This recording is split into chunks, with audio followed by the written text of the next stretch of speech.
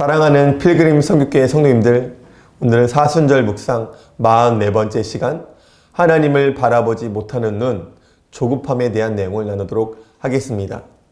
성도님들은 음식점에 가면은 어떤 음식을 시키십니까? 물론 맛있는 음식을 시켜 드시는 분들이 대부분이겠지만은 간혹 이 집에서 가장 빨리 나오는 음식 주세요 하는 분들이 있습니다.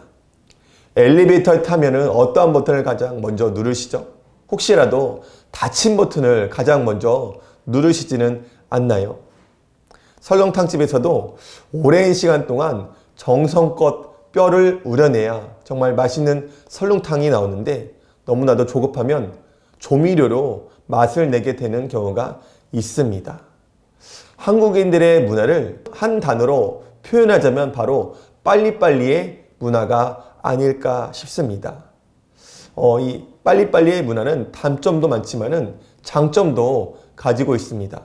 한국은 세계에서 손꼽히는 인터넷 속도 혹은 병원, 우체국, 음식 배달 등 모든 분야에서 빠른 서비스를 자랑하죠. 이로 인하여서 한국인들은 대부분 인내심을 가지지 못하고 기다리지 못하는 그러한 성품이 있습니다. 하지만은 과연 하나님께서도 우리를 성장시키는 데 있어서 성장 촉진제나 혹은 영적인 조미료를 사용하여서 변화시키실까요? 절대 성경이나 영적인 영역에 있어서는 빨리빨리를 추구하지 않습니다. 오히려 하나님은 이와 정반대입니다. 시편 103편 8절에는 이렇게 기록되어 있습니다. 여호와는 긍휼이 많으시고 은혜로우시며 노하기를 더디하시고 인자하심이 풍부하시도다. 그렇다면 하나님을 믿는다고 하는 우리의 변화는 어떻게 이루어질까요? 물론 하나님과의 만남은 단순히 이루어지지만은 하나님께서는 절대 사람을 조급하게 변화시키시지 않습니다. 그런 면에서 볼 때 우리의 영적인 성장과 성숙에 있어서 가장 큰 방해 요소는 조급함이 아닐까 싶습니다. 신앙의 성장을 위한 영적인 속성 과정은 존재하지 않습니다. 왜냐하면 하나님께서 조급하시지 않기 때문입니다. 아브라함을 보십시오. 하나님께서 75살의 나이에 아브라함에게 아들을 약속하셨습니다.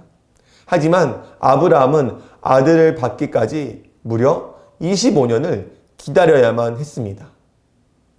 애굽에 종살이하고 있던 이스라엘 백성들이 너무나 힘들어서 하나님께 부르짖습니다. 그러자 하나님께서는 모세라는 지도자를 보내주시지 않습니다. 부르짖자 하나님께서는 모세란 어린아이를 태어나게 하셨습니다. 또한 모세가 장성하자 그를 광야에 보내셔서 무려 40년간 훈련시키시고 이스라엘 백성들에게 보내셨습니다. 바울은 어떻습니까? 바울이 회심하자마자 곳곳을 다니며 복음을 증거한 것이 아니라 그는 무려 3년이라는 기간 동안 아라비아 광야에 가서 광야 학교를 졸업해야만 했던 것입니다. 하나님은 절대로 서두르시는 분이 아니신 것입니다. 하나의 씨앗이 자라나서 열매를 맺고 나무가 되는데도 많은 시간이 걸린다면 우리의 영원한 생명인 영혼이 깨어나고 눈을 뜨고 자라나는 데는 얼마나 오랜 시간이 걸릴까요? 하지만 죄성을 가진 우리는 너무나 조급한 것 같습니다. 기다리지 못하고 하나님을 재촉합니다. 영적으로 빠른 시간 안에 자기의 노력으로 영적인 편법을 써서 성장해 보려고 하는 것이 우리의 모습인 것 같습니다. 하지만 그럴수록 우리는 더 많은 문제만 경험하게 될 뿐이죠. 그렇다면 우리는 어떻게 해야 할까요? 시편 40편 1절에 이렇게 기록되어 있습니다. 내가 여호와를 기다리고 기다렸더니 귀를 기울이사 나의 부르짖음을 들으셨도다. 우리는 하나님을 기다릴 수 있어야 합니다. 그냥 무작정 참으라는 말씀이 아닙니다. 하나님을 신뢰하는 마음과 믿음으로 하나님께서 너무 늦게 찾아오시지 않을 것이란 믿음을 가지고 기다릴 수 있어야 합니다.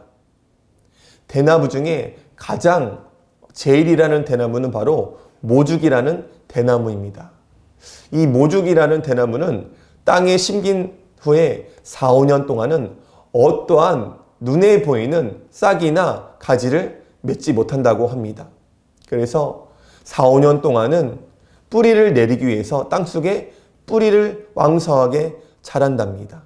비로소 5년째 되는 해 땅속으로 뿌리를 다 내리고 싹을 틔우기 시작하는데, 싹이 나온 후에는 하루에 수십 센치씩 쑥쑥 자라서 무려 6주 만에 30m의 높이로 자라나고 대나무 중에 가장 굵고 단단한 대나무가 된다라고 합니다. 이 모죽은 5년 동안 자라지 않는 것이 아니라 땅속에 뿌리를 내리면서 도약을 위한 준비를 하고 있었던 것이죠. 물론 우리가 인내하는 기간 동안에 이와 같이 고통이 있을 것입니다. 마음이 무너지고 실망할 수도 있을 것입니다. 하지만 사랑하는 성도님들, 삶의 작은 일에도 조바심을 내지 마시고 모든 일에 오래 참음의 본을 보이신 예수님을 바라보며 참으십시오. 이 말씀을 드리며 마치고 싶습니다. 야고보서 5장 11절입니다. 보라, 인내하는 자를 우리가 복되다 하나니 너희가 욥의 인내를 들었고 주께서 주신 결말을 보았거니와 주는 가장 자비하시고 긍휼히 여기시는 이시니라. 아멘.